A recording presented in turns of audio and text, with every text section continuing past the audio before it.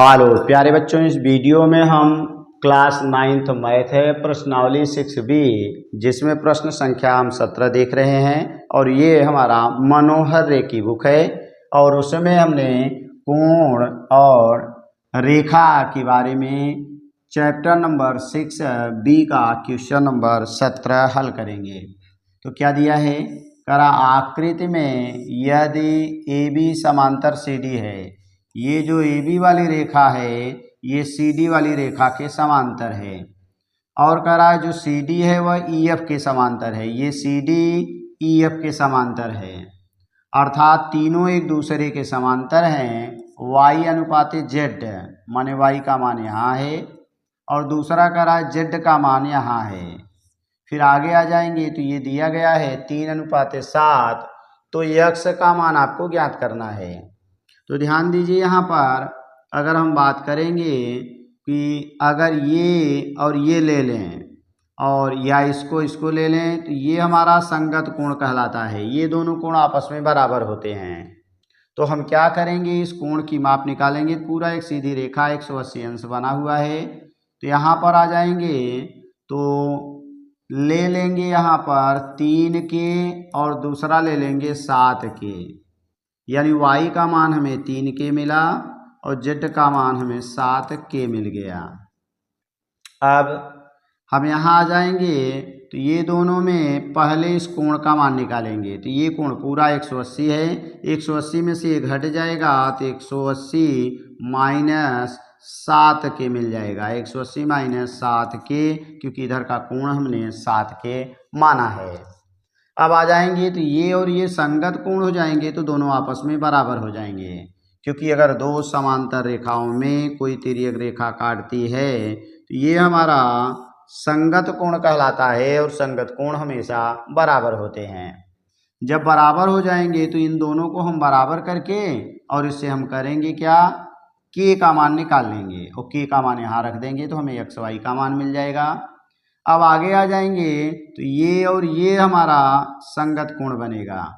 तो लेकिन यहाँ पर हमें क्या करना है कि ये वाला कोण इस कोण के बराबर होगा, क्योंकि ये एकांतर, अगर ये और ये समांतर है तो ये एकांतर अंतः कोण बनेंगे और एकांतर अंतः कोण बराबर होते हैं। तो आइए इसको अब हम हल करते हैं और देखते हैं कैसे हल होगा। तो यहाँ लिखेंगे हम हल में क्या लिखेंगे कि चूंकि AB समांतर CD तथा CD समांतर EF, इसलिए AB समांतर CD और समांतर EF होगा, अर्थात तीनों एक दूसरे के समांतर हो गए। यहाँ पर दिया है कि Y अनुपाते Z बराबर है 3:7, इसलिए y बराबर हम 3 के मानेंगे और z बराबर हम 7 के ले लेंगे। अब आगे हमारा जो काम होगा, हमने कहा ये और ये संगत कोण होंगे और या तो इधर का कोण निकलेगा तो ये बन जाएगा, इस कोण को और इस कोण को हमें बराबर करना है। तो इस कोण को बराबर करने के लिए हमें क्या करना पड़ेगा कि पहले हम इसका मान निकालेंगे। तो अगर इसका मान निकालेंगे तो हमने कहा ये 180 और माइनस z होगा और z का मान यहाँ हम पा चुके हैं, तब जाकर के ये और ये बराबर हो जाएंगे। तो अगर यहाँ पर हम बिंदु O ले लें और यहाँ पर बिंदु P ले लें और एक बिंदु यहाँ हम Q ले लें, तो हमारा जो बनेगा कोण QOC बराबर ये बन जाएगा। हमने कहा QOC माने ये कोण और ये कोण बराबर है, बराबर हो जाएगा कोण OPE, कोण होगा OPE और हमारा कोण OPE जो है वह पूरा 180 है, 180 में से z घट जाएगा, यही बराबर हो जाएगा 180 माइनस z होगा। और कोण QOC, तो QOC को हमने y माना है, तो ये बन जाएगा y बराबर 180 और माइनस z हो जाएगा। अब अगला काम हमारा क्या है कि इसमें y और z का मान रख देंगे। तो y का मान यहाँ से हम रखेंगे 3 के बराबर होगा 180 माइनस z का मान हमारा 7 के हो जाएगा। तो यहाँ लिख देंगे 7 के। अब हम क्या करेंगे, ये 7 के को लाएंगे इस साइड तो ये प्लस बन जाएगा। तो 7 3 10 के हो जाएगा बराबर 180 के बराबर निकालेंगे तो 180 बटे 10 और 10 का भाग दे देंगे तो 18 अंश आ जाएगा। माने के का मान हमें मिल चुका है।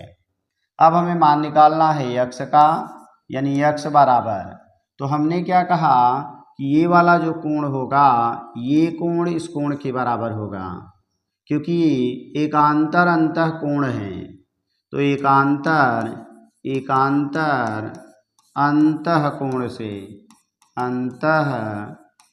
से कौन सा, ये और ये समांतर रेखा है, उसमें ये तिर्यक रेखा है, तो एकांतर अंतः कोण बराबर होते हैं। तो यक्स बराबर हमें मिलेगा जेड, और जेड का मान हम यहाँ लिखे हैं 7 के, तो लिख देंगे 7 के बराबर 7 गुणे के, और के का मान हमने निकाल लिया है 18 अंश, तो यहाँ 18 रख देंगे।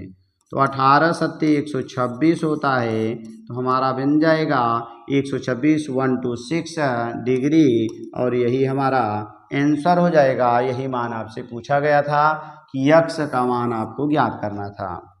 तो थैंक्स फॉर वाचिंग। इस तरह की वीडियो को देखने के लिए चैनल को सब्सक्राइब करें तथा वीडियो को लाइक करें।